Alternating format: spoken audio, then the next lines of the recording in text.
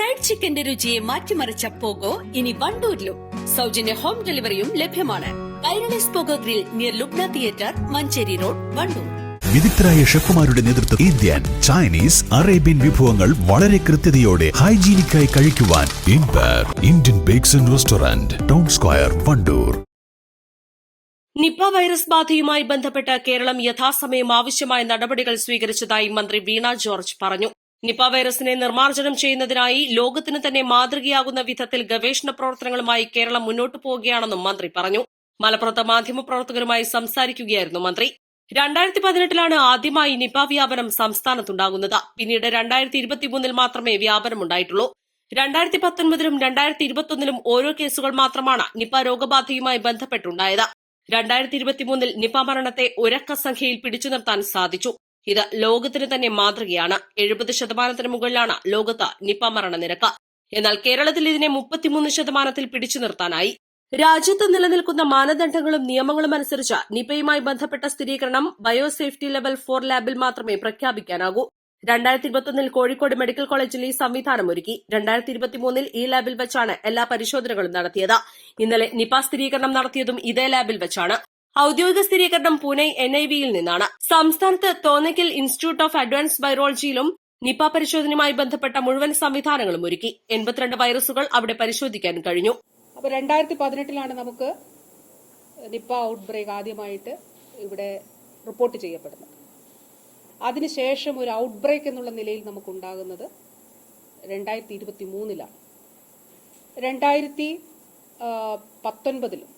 2019 2021 single cases ഉണ്ടായിരുന്നു. എറണാകുളത്ത് 2019 2021 വീണ്ടും കോഴിക്കോട്, അത് സിംഗിൾ കേസസ് ആയിരുന്നു. ഔട്ട്ബ്രേക്ക് എന്നുള്ള നിലയിൽ ഒന്നിലധികം ആളുകളെ ബാധിച്ചത് 2018 അതിനുശേഷം 2023 2023 എത്തിയപ്പോൾ ലോകത്ത് ഒരിടത്തും ഇതുവരെ ഉണ്ടായിട്ടില്ലാത്ത വിധത്തിൽ ആ ഔട്ട്ബ്രേക്ക് സിംഗിൾ ഡിജിറ്റിൽ പിടിച്ചു നിർത്താൻ നമുക്ക് കഴിഞ്ഞു. കാരണം ഒരു ഔട്ട്ബ്രേക്ക് നിലനിൽക്കുമ്പോൾ തന്നെ ഇൻഡെക്സ് കേസ്, ആദ്യ കേസ് കണ്ടുപിടിക്കാനായിട്ട് കഴിഞ്ഞു എന്നുള്ളതാണ്. അതോടൊപ്പം മരണനിരക്ക് 33%, നിപ്പയുടേത് 70% മുകളിലാണ്. 2021 നമ്മൾ ചെയ്ത ഒരു കാര്യം കോഴിക്കോട് മെഡിക്കൽ കോളേജിൽ ഇതിനുവേണ്ടി പ്രത്യേകമായിട്ട് സംവിധാനങ്ങൾ ഒരുക്കി എന്നുള്ളതാണ്. അതിന്റെ അടിസ്ഥാനത്തിലാണ് 2023 ആയപ്പോൾ നമ്മൾ അവിടെ തന്നെയാണ് എല്ലാ പരിശോധനകളും നടത്തിയത്. ഇന്നലെ നമ്മൾ അവിടെ നമ്മുടെ സ്ഥിരീകരണം ആ ലാബിൽ നിന്നാണ് നമ്മൾ നടത്തിയത്. ഇൻസ്റ്റിറ്റ്യൂട്ട് ഓഫ് അഡ്വാൻസ്ഡ് വൈറോളജി തോന്നയ്ക്കലിൽ നമ്മൾ ഈ സംവിധാനങ്ങൾ ഒരുക്കി. 82 വൈറസുകൾ അവിടെ പരിശോധിക്കാനായിട്ട് നമുക്ക് കഴിയും. അപ്പൊ ഈ സംവിധാനങ്ങൾ ഒരുക്കിയിട്ടുണ്ട്. രാജ്യത്ത് നിലനിൽക്കുന്ന മാനദണ്ഡങ്ങൾ അനുസരിച്ച് സംസ്ഥാനത്തിന് മാത്രമായി ചില കാര്യങ്ങൾ ചെയ്യാൻ കഴിയില്ല. അതുകൊണ്ട് ഇന്ത്യൻ കൌൺസിൽ ഓഫ് മെഡിക്കൽ റിസർച്ചിന്റെ സഹായം നമ്മൾ തേടി. ബംഗ്ലാദേശ് സ്ട്രെയിൻ, മലേഷ്യൻ സ്ട്രെയിൻ എന്നിങ്ങനെ 2 തരം നിപ വൈറസുകളെയാണ് ലോകത്ത് കണ്ടെത്തിയിട്ടുള്ളത്. കേരളത്തിൽ കണ്ടെത്തിയത് ബംഗ്ലാദേശി സ്ട്രെയിൻ വൈറസ് ആണ്. മലേഷ്യൻ സ്ട്രെയിൻ വൈറസ് വവ്വാലുകളിൽ നിന്നും പന്നികളിലേക്കും പന്നികളിൽ നിന്ന് മനുഷ്യരിലേക്കുമാണ് എത്തുന്നത്. എന്നാൽ ബംഗ്ലാദേശി സ്ട്രെയിൻ വവ്വാലുകളിൽ നിന്ന് നേരിട്ടാണ് മനുഷ്യരിലേക്ക് എത്തുന്നത്. അമേരിക്കൻ സർക്കാരിന് കീഴിലുള്ള CDC നേരിട്ടാണ് ബംഗ്ലാദേശിൽ നിപ വൈറസുമായി ബന്ധപ്പെട്ട ഗവേഷണങ്ങൾ നടത്തുന്നത്. പനങ്ങളിൽ നിന്നാണ് അവിടെ വൈറസ് പകരുന്നത് എന്നാണ് അനുമാനമെങ്കിലും സ്ഥിരീകരിക്കാൻ ഇതുവരെ കഴിഞ്ഞിട്ടില്ല. കേരളത്തിൽ മനുഷ്യരിൽ കണ്ടെത്തിയ വൈറസും വവ്വാലുകളിൽ കണ്ടെത്തിയ വൈറസും ഒരു വകഭേദമാണ് എന്നുള്ളത് നാം സ്ഥിരീകരിച്ചിട്ടുണ്ട്. ലോകത്തിൽ ഒരിടത്തും പഴങ്ങളിൽ ഈ വൈറസിന്റെ വകഭേദം കണ്ടെത്തിയത് സ്ഥിരീകരിച്ചിട്ടില്ല. പക്ഷേ കേരളത്തിൽ 2023 മുതൽ അതിനുള്ള ശ്രമം ആരംഭിച്ചിട്ടുണ്ട്. നിപ ഗവേഷണത്തിന് മാത്രമായി കോഴിക്കോട് ഒരു കേന്ദ്രം ആരംഭിച്ചിട്ടുണ്ട്. ആന്റിബോഡി കണ്ടെത്തുക മാത്രമല്ല RNAയും നാം കണ്ടെത്തിയിട്ടുണ്ട്. ലോകത്ത് നിപ വ്യാപനമുണ്ടായിടങ്ങളിൽ ഏറ്റവും കൂടുതൽ വവ്വാലുകളുടെ സാമ്പിളുകൾ ശേഖരിച്ച് പഠനം നടത്തിയത് കേരളത്തിൽ മാത്രമാണ്.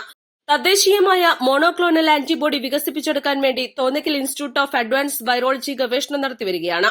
2023 കേരളത്തിൽ നിന്നുള്ള സാമ്പിളുകൾ ശേഖരിച്ച പൂനെ NIVയും മോണോക്ലോണൽ ആന്റിബോഡി വികസിപ്പിക്കുന്നതിനുള്ള ശ്രമങ്ങൾ ആരംഭിച്ചിട്ടുണ്ട്.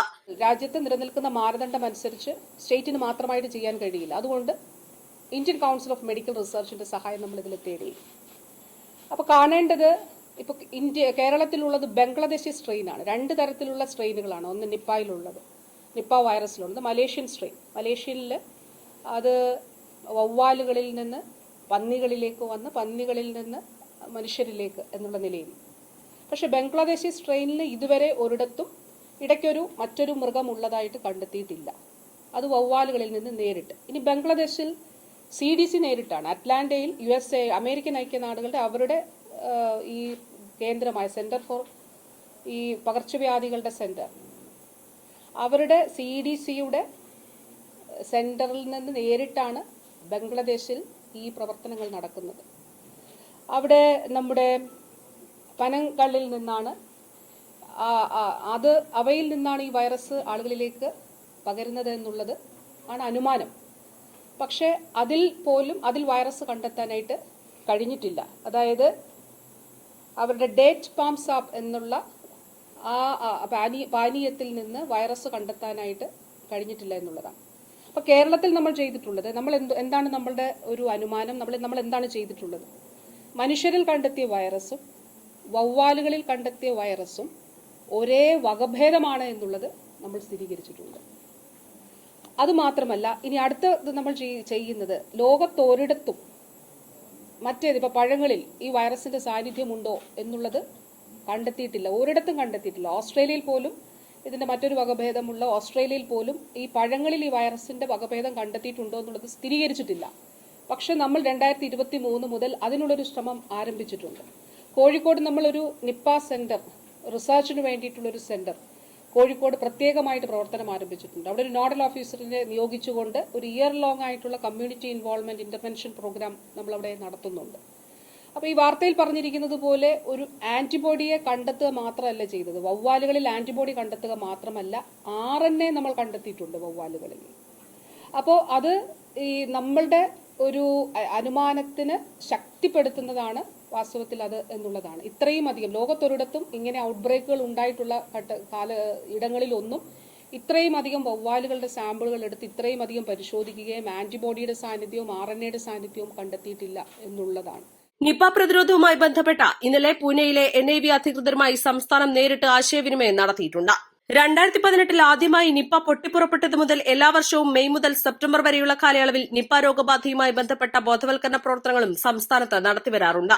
ശാസ്ത്രീയമായ അടിത്തറയിൽ നിന്നുകൊണ്ടാണ് നിപ വ്യാപനമുണ്ടായ പ്രദേശങ്ങളിൽ നിയന്ത്രണങ്ങൾ ഏർപ്പെടുത്തിയതെന്നും മന്ത്രി പറഞ്ഞു. East live, Malappuram.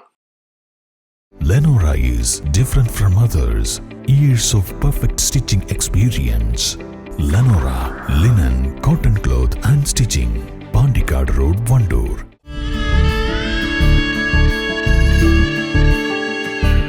നമ്മുടെ ബന്ധങ്ങൾക്ക് നൽകാം സുതാര്യതയുടെ പൊൻതിളക്കം. Beauty mark golden diamonds, specially for U.